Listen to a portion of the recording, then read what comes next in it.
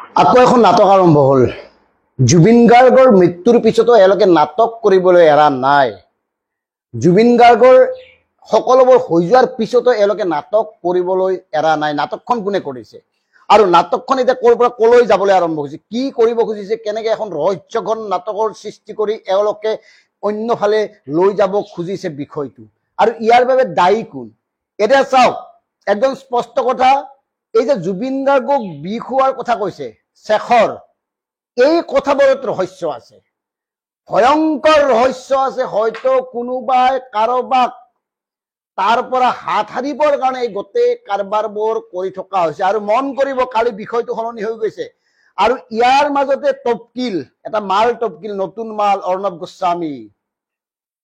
অৰ্ণৱ গোস্বামী সেইজন অৰ্ণৱ গোস্বামী যিখিনি সময়ত ৰবিশ কুমাৰ, অভিহাৰ শৰ্মা আদিকে ধৰি একাংশ ৰাষ্ট্ৰীয় পৰ্যায়ৰ সাংবাদিকে জুবিন গাৰ্গৰ মৃত্যুক লৈ বিভিন্ন ধৰণৰ নানা বাতৰি কৰিছিল। সেইখিনি সময়ত নিশ্চুপ আছিল অৰ্ণৱ গোস্বামী। কালি অৰ্ণৱ গোস্বামী কিয় জাগিল? অৰ্ণৱ গোস্বামী এই যে সাৰ পালে, ইয়াৰ আঁৰত আছে, ইয়াৰ নেপথ্যত আছে ভয়ংকৰ ষড়যন্ত্ৰ, আৰু এই বিষয়টো অন্যফালে নিবলৈ প্ৰয়াস কৰা হৈছে নেকি। এই কথাবোৰ এতিয়া অসমৰ সাধাৰণ জনতাই, জুবিন অনুৰাগীয়ে বিচাৰ কৰিব লাগিব, কাৰণ এওঁলোকৰ কথাবোৰ বিশ্বাস নকৰিব। এইকাৰণে বিশ্বাস নকৰিব, যি অৰ্ণৱ গোস্বামীয়ে শেখৰ গোস্বামীৰ এই বিষয়টো প্ৰথম আলোচনা কৰিছিল, যে শেখৰে CIDৰ সন্মুখত হেনো এই কথাটো কৈছে, অভিযোগ উত্থাপন কৰিছে। এতিয়া মন কৰক, CIDৰ আগত দিয়া অভিযোগ কেনেকে লিক আউট হ'ব পাৰে, CIDৰ সন্মুখত প্ৰদান কৰা সাক্ষ্যটো কেনেকে ৰাজহুৱা হ'ব পাৰে, কেনেকে গম পালে অৰ্ণৱ গোস্বামী এই কথাটো কওক।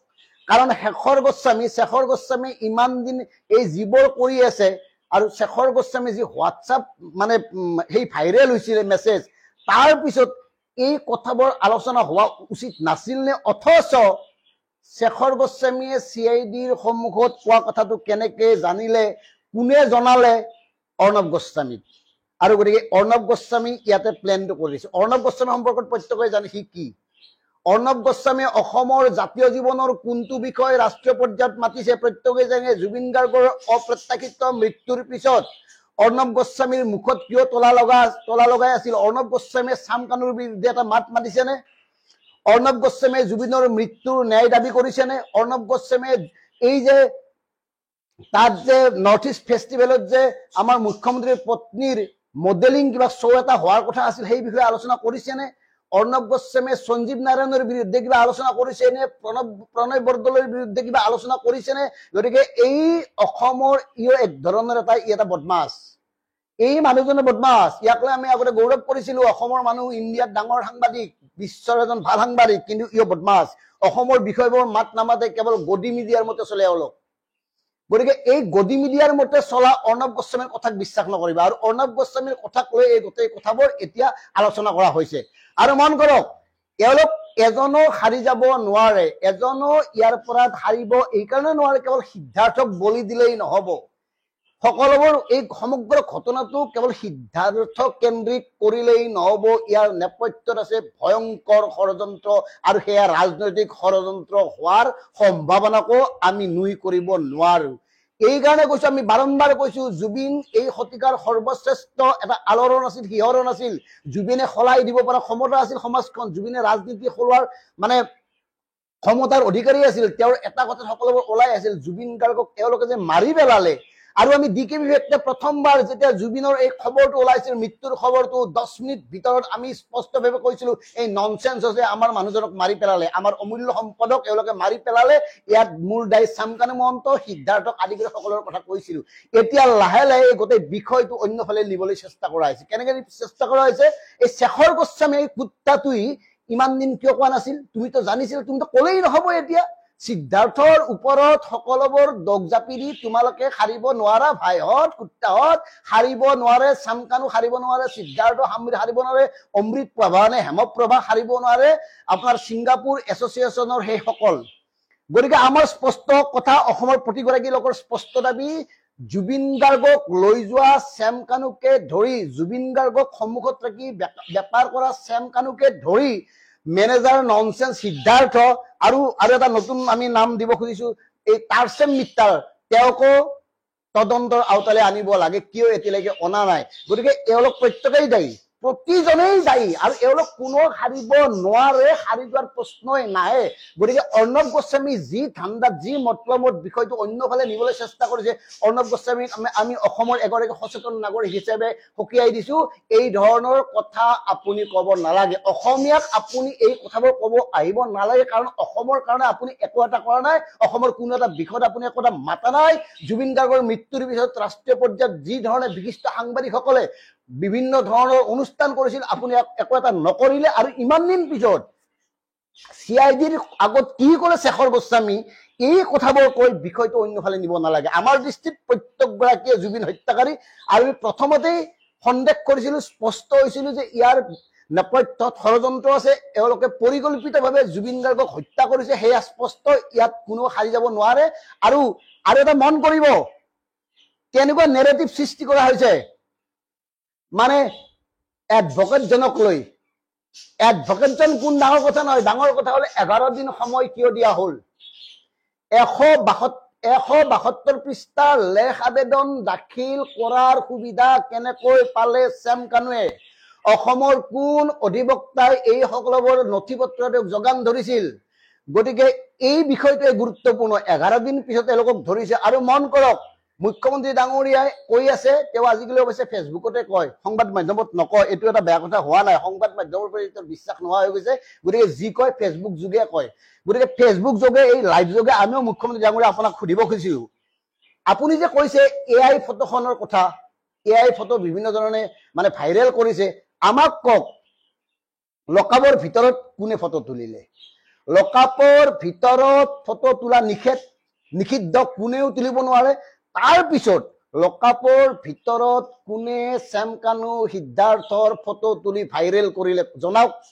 মানে এইটো দেখুওৱা হৈছে নেকি যে আমি ঠিকে থাকে তদন্ত আগবঢ়াই নিছো, আমি এওঁলোকৰ কোনো গাফিলতি কৰা নাই, এওঁলোকক লকআপত ৰাখিছো।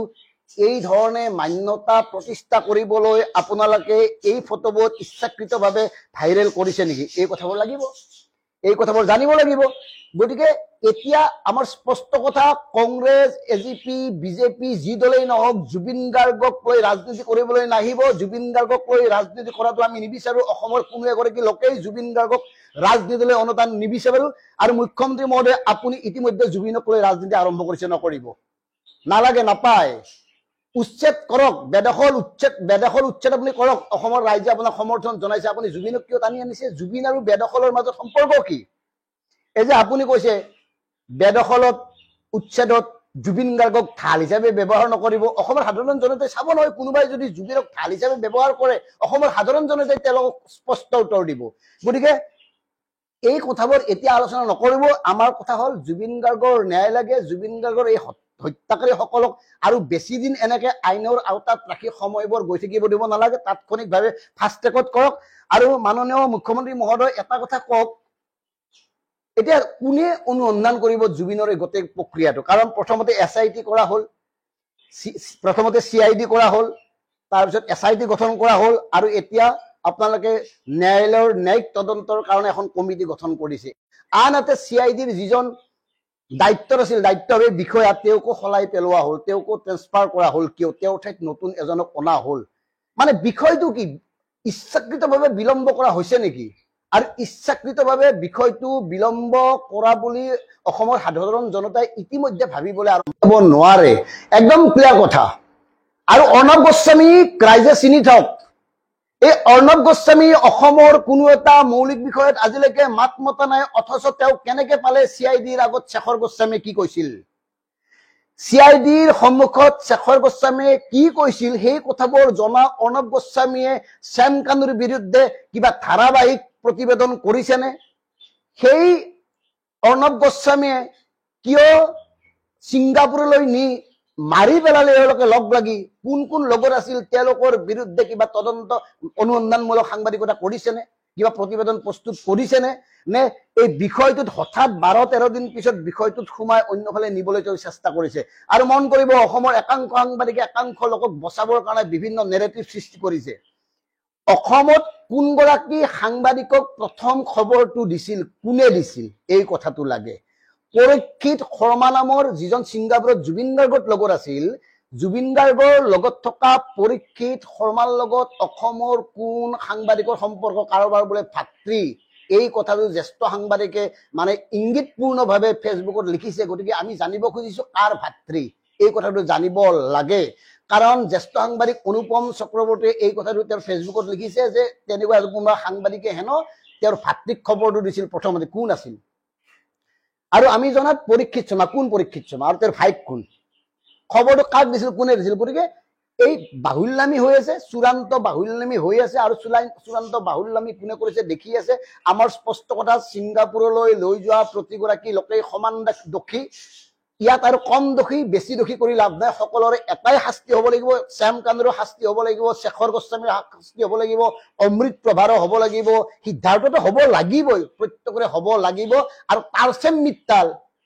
তেওঁকো আনিব লাগিব তেওঁলোকৰ হিচাপ নিকাচবোৰ কৰিব লাগিব এই কাৰণে কৰিব লাগিব তেওঁলোকে জুবিন গাৰ্গক শেষ কৰি পেলালে তেওঁলোকে জুবিন গাৰ্গক ৰুটি পুতি খাই শেষ কৰি পেলালে আৰু জুবিনৰ মৃত্যুৰ পিছত কেইজনমান বিশিষ্ট লোক ওলাইছে জুবিন গাৰ্গৰ সকলোবোৰ জনা লোক তেওঁলোকে আগতে কিয় কোৱা নাছিল কিয় ফেচবুকত কথাবোৰ লিখা নাছিল সিদ্ধাৰ্থই হেনো এইবিলাক কৰিছিল সেইবিলাক কৰিছিল এতিয়া যে কৈছে সিদ্ধাৰ্থ হেনো তেওঁলোকক কাষতে যাব দিয়া নাছিল এই কথাবোৰ আগতে কিয় কোৱা নাছিল আগতেতো ক'ব লাগিছিল যে সিদ্ধাৰ্থক এই কেইজন মানুহে বেয়া কৰিব সিদ্ধাৰ্থক মানে দুখিত জুবিন গাৰ্গক সিদ্ধাৰ্থহঁতে ধ্বংস কৰিব এই কথাবোৰতো ক'ব লাগিছিল সিদ্ধাৰ্থহঁতে এই শিল্পীসকলক যে জুবিন গাৰ্গৰ কাষলৈ যাব নিদিয়ে এই কথাবোৰ ক'ব লাগিছিল এতিয়া আকৌ কি লাভ মানে সব সুযোগ সন্ধানী বেছিভাগে 90% নহয় 99% সুযোগ সন্ধানী সুযোগ পালে তেওঁলোকে পৰি দিয়ে আঁঠুকাৰি দিয়ে চেলেকি দিয়ে যি মন যায় তাকে কৰে সুযোগ নাপালে এইবিলাক কয় গতিকে আমাৰ একদম স্পষ্ট কথা অসমৰ সাধাৰণ জনতাৰ স্পষ্ট কথা জুবিন গাৰ্গৰ এই পৰিকল্পিত হত্যাকাণ্ড যেনেকৈ ইতিমধ্যে স্পষ্ট হৈছে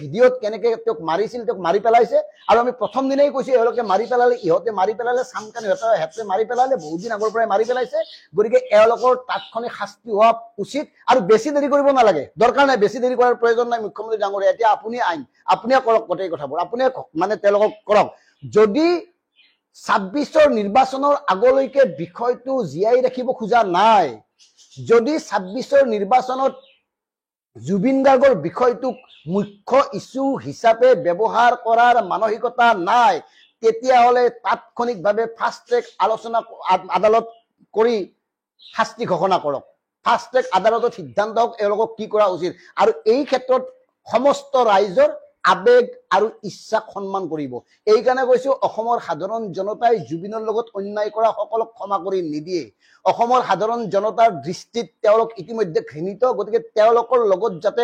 দৃষ্টান্তমূলক শাস্তি দিয়া হয় এনেই 2 বছৰমান জেলত থাকিব তাৰপিছত উচ্চতম ন্যায়ালয়ত গৈ জামিন আবেদন কৰিব গুচি আহিব চৰকাৰে তেওঁলোকক নিৰাপত্তা দিব কাৰণ একাংশইতো কৈছেই এৰি দিলে মাৰি পেলাব গণতন্ত্ৰইতো এই কথাবোৰ এলাও নকৰে গতিকে তেওঁলোকক নিৰাপত্তা দিব এনেকেতো নহব এই কথাবোৰতো আমি মানি নলওঁ গতিকে একদম ক্লিয়াৰ কথা জুবিন গাৰ্গৰ এই পৰিকল্পিত হত্যাত জড়িত প্ৰতিগৰাকী সমান দোষী শেখৰ দোষী অমৃত প্ৰভাও দোষী সিদ্ধাৰ্থটো হয়েই শ্যামকানু হয়েই আৰু তাত থকা যিসকলে তাত থেকেও জুবিন গাৰ্গৰ কেয়াৰ লোৱা নাছিল তাৰ ভিতৰত আছে আপোনাৰ প্ৰাগৰ মালিক সঞ্জীৱ নাৰায়ণ মাননীয় প্ৰণয় বৰদলৈ ডাঙৰীয়া তেওঁলোকো মানে দোষী তেওঁলোকে দোষ এইকাৰণে ল'ব লাগিব তেওঁলোকে জুবিনক ইমান ফাইলত পাইছিল তাৰপিছত জুবিনৰ কিয় কেয়াৰ নললে এই প্ৰশ্নৰ তেওঁলোকে উত্তৰ দিব লাগিব বাকী আইনে কি কয় নাজানো অসমৰ সাধাৰণ জনতাৰ দৃষ্টিত তেওঁলোকক সমানেই দোষী গতিকে এই কথাবোৰ বিবেচনা কৰা হওক আৰু মুখ্যমন্ত্ৰী ডাঙৰীয়া আপোনাক আমি পুনৰ বিনম্ৰভাৱে অনুৰোধ জনাইছো জুবিন গাৰ্গক যেন ৰাজনীতিৰ ইস্যু হিচাপে নকৰে কংগ্ৰেছকো কৈছো লুৰিনকো কৈছো অখিলকো কৈছো কোনেও জুবিন গাৰ্গক ৰাজনীতিৰ ইস্যু হিচাপে নানিব কাৰণ জুবিন অসমীয়াৰ প্ৰাণ আছিল জুবিন অসমীয়াৰ আবেগ আছিল অসমীয়াৰ শিহৰণ আছিল জুবিন এটা সেন্সেশন যেটো কোনো কালে আৰু আমি নাপাওঁ গতিকে জুবিনৰ অসমখন আমি ৰাখিব লাগিব জুবিনক লৈ ৰাজনীতি কৰিবলৈ আমি নিদিও জুবিনে কোৱা কথাবোৰ আমি স্পষ্টভাৱে কৈ যাম বিশেষকৈ ডিকেবি ফেক্টে জুবিন গাৰ্গৰ শপত খাই এই কথাবোৰ অনাগত সময়ত কৈ যাব কাৰণ ইয়াত জুবিনক লৈ ৰাজনীতি হ'বলৈ আমি নিদিও মৰি গ'লেও নিদিও মাৰি পেলাব পাৰে কোনোবাই আমি খাতিৰ নকৰোঁ কিন্তু শেষত পুনৰ কওঁ এই অৰ্ণৱ গোস্বামীৰ দৰে সাংবাদিকসকলৰ কথা ৰাইজে নুশুনিব এওঁলোক সুবিধাবাদী এওঁলোক কাৰোবাৰ গোলাম এওঁলোকক কোনোবাই ব্যৱহাৰ কৰি আহিছে এওঁলোকৰ লগত অসমৰ ডাঙৰ ডাঙৰ মুঠা সম্পাদক সাংবাদিকৰ ভাল মিল আছে গতিকে এওঁলোকে কাৰোবাক হয়তো বচোৱাৰ কাৰণে এই গোটেই কাৰবাৰবোৰ বেলেগ ফালে নিব খুজিছে গতিকে এই বিষয়টো আপোনালোকে নজৰ ৰাখিব কাৰণ CIDৰ সন্মুখত শেখৰ গোস্বামীয়ে কি কৈছিল সেই কথাটো কেনেকে জানিলে কোনে দিলে এইটো এটা গুৰুত্বপূৰ্ণ কথা গতিকে প্ৰিয় ৰাইজ প্ৰিয় দৰ্শক আমি জুবিন গাৰ্গক জীয়াই ৰাখিব লাগিব জুবিন গাৰ্গৰ যি অসমখন ধৰি ৰাখিব লাগিব কিন্তু এটা কথা কম আমি বিচলিত নহওঁ কোনো কাৰণত আৰু তাৎক্ষণিকভাৱে জুবিন হত্যাকাৰীসকলক দৃষ্টান্তমূলক শাস্তি প্ৰদান কৰক তেতিয়াই আমি শান্তি পাম ধন্যবাদ জয় জুবিন দা